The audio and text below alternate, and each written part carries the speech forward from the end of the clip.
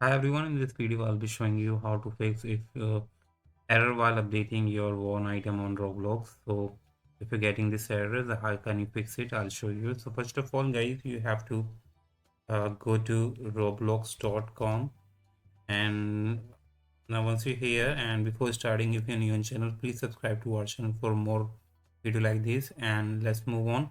So first of all guys, you have to go to in this menu button and go to avatar. And now suppose if you are getting any error while updating any clothes item, like if I want to wear any item from here and like this, and if I'm trying to update it, if it is not updating, what you need to do, let me choose different character. And if I'm trying to choose any classic shirt from here, if suppose it is not updating for you in this case, how can you fix it? It's a very simple step. You don't need to do anything.